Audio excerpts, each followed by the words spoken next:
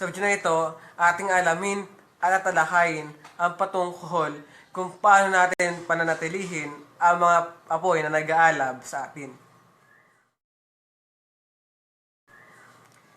So, madalas natin naririnig sa mga tao at nating mga nakikita sa mga Facebook post na keep your fire burning. So, how to keep it?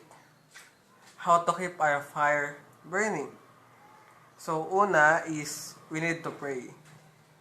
Which is ito isa sa mga kinakatamaran ng mga Kristiyano.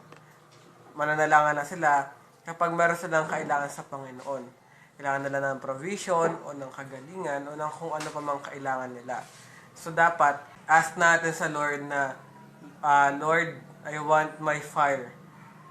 Gusto ko, Lord, na kung wala ng apoy, then pray na, Lord, keep my, Lord, gusto ko na ma-rest yung fire ko. Lord, gusto ko ng apoy, ganito, ganyan. Basta, maging specific ka, humingi ka sa Lord ng fire.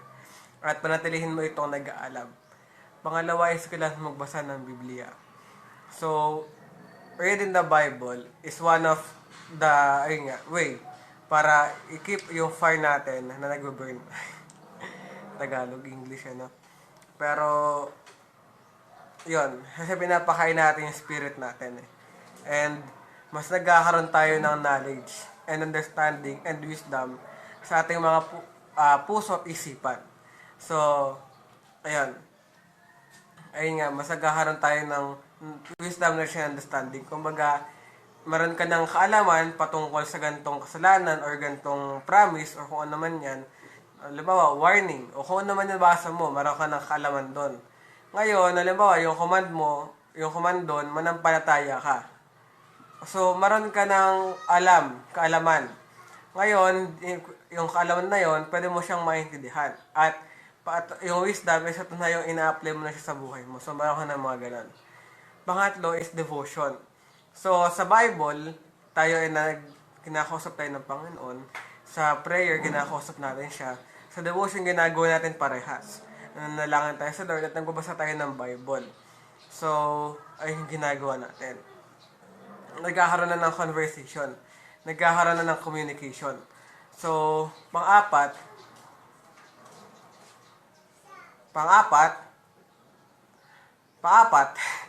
kailangan natin, syempre, na kailangan nating umiwas na magkasala. Although ang kasalanan is palaging naandyan. So, hindi natin may iwasan na magkasala. Pero, ang kaibahan lang sa atin is pag nagkasala tayo, tinatalikuran natin yung kasalanan natin. Hindi katulad ng mga tao na mga unbeliever. Once na nagkasala sila, normal lang sa kanila yun. Hindi nila tatalikuran yun. So, dapat, kapag nagkasala tayo, huwag na natin gawin yun. So, sabi nga ng Bible, no, na be holy. Sabi ng Lord, magpahabanal kayo sapagkat ako'y banal. Kailangan mong magpahabanal. Okay, stand firm. So, kailangan mo maging matatag sa mga pagsubok. Isa rin yan sa magiging sinusubukan ng Lord. So, isa rin yan na kailangan mo maging matatag.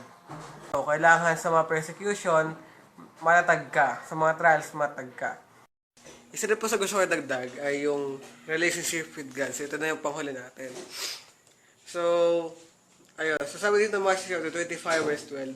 But he replied, I assure you and most solemnly say to you, I do not know you. You have no relationship. So, isa rin sa magiging dapat natin gawin na i-keep natin yung relationship natin sa Lord na nag-iinit yung relations natin sa Lord. Hindi dapat tayo nang lalamig. So, huwag ka manlamig sa Panginoon, huwag ka mag-backslide. Isa yan sa key para makip mo yung fire na nag-burn. Take 2, nang may maingay. Nag-burn.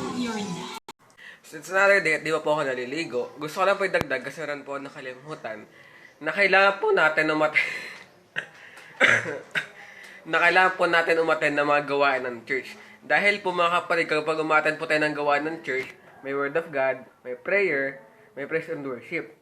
And also, praise and worship is one of the, isa rin yun, na, ano tayo, yun, basta yun, yung, ayun, basta yun, yung, ayun, basta yun. May nakita natin yung ngayon, basta yun, oh my goodness. Kasi, pag tayo, mata tayo ng gawain, may preaching, or may sharing, kahit anumang gawain ng church yan, prayer meeting, Bible study, paghayo, ano pa bang uri ng, ano yan, sharing gospel, ano pa ba yung mga gawain ng church.